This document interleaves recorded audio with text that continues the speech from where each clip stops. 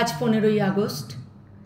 আজ থেকে ৭৭ বছর আগে ঠিক এইরকমই একটি দিনে ভারত স্বাধীন হয়েছিল।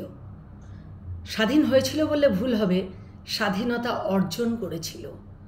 ইংরেজরা 200 বছর এদেশে যে শাসন, শোষণ এবং অত্যাচার করেছিল তার থেকে মুক্তি পেতে আমাদের দেশের নওজোয়ান, আমাদের দেশের ইয়াং জেনারেশন এবং আমাদের দেশের আবাল বৃদ্ধ বনিতা সকলে তাদের জীবন বিপন্ন করে ইংরেজদের কাছ থেকে ছিনিয়ে নিয়েছিল এই স্বাধীনতা। দীর্ঘকালের রক্তক্ষয়ী সংগ্রামের পর দ্বিখণ্ডিত হয় ভারত ও পাকিস্তান, এই দুইটি দেশে। ভারত স্বাধীন হয় আর ইংরেজরা এদেশ থেকে চলে যেতে বাধ্য হয়।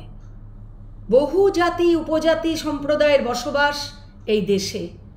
ভৌগোলিক বৈচিত্র্য, ভাষা, ধর্ম, খাদ্য, পোশাক আশাক, আচার আচরণ ইত্যাদিতে বিভিন্নতা থাকলেও প্রাচীনকাল থেকেই ভারতবাসীর মধ্যে এক নিবিড় ভাবগত বন্ধনে সবাই আবদ্ধ হয়ে থেকেছি আমরা।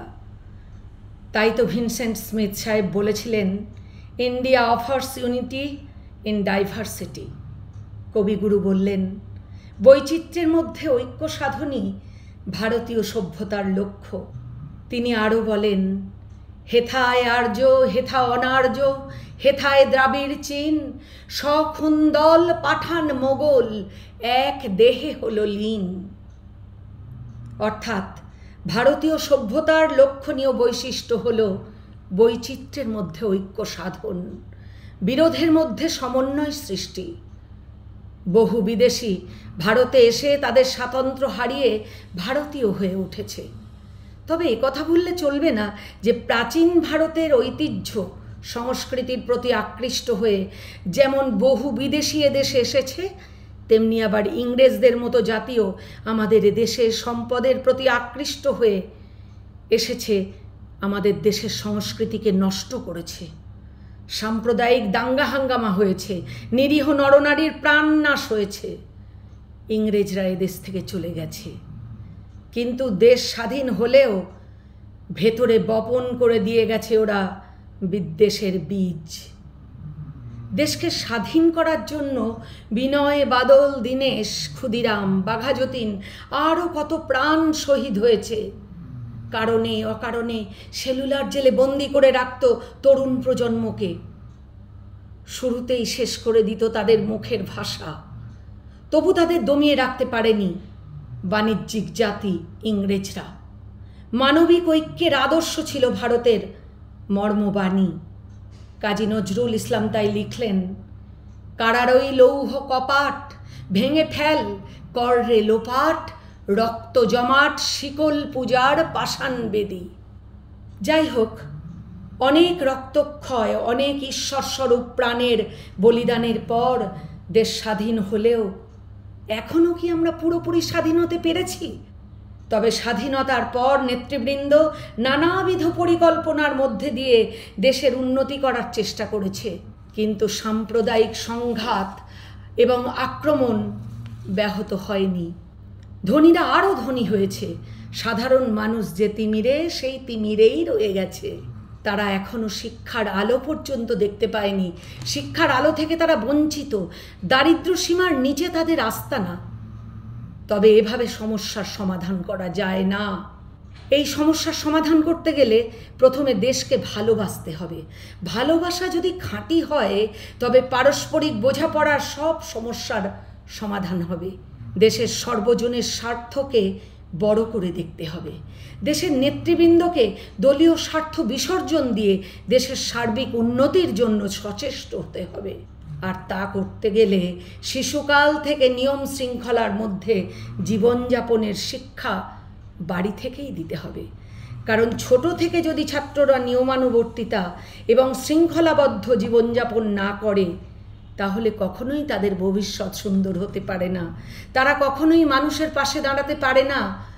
তারা কখনোই একজন অপরের প্রয়োজনে তার পাশে দাঁড়াতে পারে না।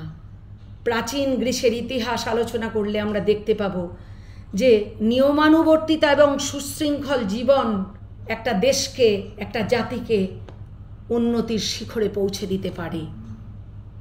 বর্তমানে আমাদের দেশে সর্বব্যাপী যে নৈরাজ্য দেখা দিয়েছে, মানুষের প্রতি মানুষের শ্রদ্ধা নেই। বাসে ট্রেনে অসুস্থ মানুষকে একটু বসার জায়গা পর্যন্ত দেওয়া হয় না। কেউ উঠে এসে তাকে বলে না, আপনার কষ্ট হচ্ছে, আসুন বসুন, আমি দাঁড়িয়ে যাব, কোনো অসুবিধে নেই। এ কথাটা বলার লোক আজ নেই। যত্রতত্র হানাহানি চলছে, কারণ আমাদের অর্থনৈতিক দুর্দশা ও রাজনৈতিক আদর্শহীনতা কিন্তু এর জন্য দায়ী। মনুষ্যত্ব বোধ মানুষের মধ্যে থেকে হারিয়ে যাচ্ছে। আমরা চরম উচ্ছৃঙ্খল ও হিংসায় উন্মত্ত হয়ে উঠেছি। মনুষ্য জীবন শৃঙ্খলাবদ্ধ হলে তবেই সমাজে সৌন্দর্য, সমৃদ্ধি ও প্রগতির ফসল ফলবে। জীবনে আজ সর্বব্যাপী মূল্যবোধের অবক্ষয়ের জন্য দেশ জুড়ে চলছে নৈরাজ্যের তাণ্ডব নৃত্য। কেউ কাউকে মানতে চায় না। নীতি, আদর্শ, লঘুগিরি, ভেদজ্ঞান সব ভুলে গেছে মানুষ। সভ্যতা, ভদ্রতা, নম্রতা ও বিনয়ের অভাব দেখা দিচ্ছে মানুষের মধ্যে। মানুষের মধ্যে হারিয়ে যাচ্ছে মূল্যবোধ। যারা দেশকে রক্ষা করে, মানুষের জীবন দান করে, একজন ডাক্তার মেয়ে, তার জীবনকে নিয়ে নিতেও এরা এতটুকু পিছুপা হয় না। তার জীবনটাকে শেষ করে দিয়ে তারপর তাকে ধর্ষণ করা হয়। ধর্ষণ করার মতো জঘন্য কাজ করতেও তারা পিছুপা হয় না। এই তো আমাদের দেশ। যদিও এই দেশ নিয়ে গর্ব করার মানুষ এখনও আছে, বিভিন্ন মিশন, বিভিন্ন এনজিওগুলো কাজ চালিয়ে যাচ্ছে, কিন্তু চালিয়ে গেলেও এমনও অনেক মানুষ আছে যারা ওপর থেকে দেখায় যে তারা অনেক ভালো কাজ করছে, কিন্তু আসলে তারা এখনও নিজেদের মধ্যে থেকে বেরিয়ে আসতে পারেনি। বর্বরতার আড়াল থেকে তারা এখনও মুক্তি পায়নি। কবির ভাষায় বলতে গেলে বলতে হয়, মুক্তি, ওরে মুক্তি কোথায় পাবি, মুক্তি কোথায় আছে। সত্যি মুক্তি পেতে গেলে আমাদের প্রথমেই লোভ সম্বরণ করে আমাদের সকলকে একসঙ্গে মিলে হাতে হাত রেখে বেঁধে বেঁধে চলতে হবে। সার্বিক শৃঙ্খলাবোধ, নিয়মানুবর্তিতা, কর্তব্য বুদ্ধির উপর মানুষকে উদ্বুদ্ধ হতে হবে, এবং তবেই দেশের মঙ্গল হবে। তবেই আমাদের দেশ ভারত আবার জগৎ সভায় শ্রেষ্ঠ আসন পাবে, এবং আমাদের দেশ আবার সেই আগের মতো সৌন্দর্যমণ্ডিত হয়ে উঠবে। সকলের ঈর্ষার কারণ হয়ে উঠবে আমাদের দেশ।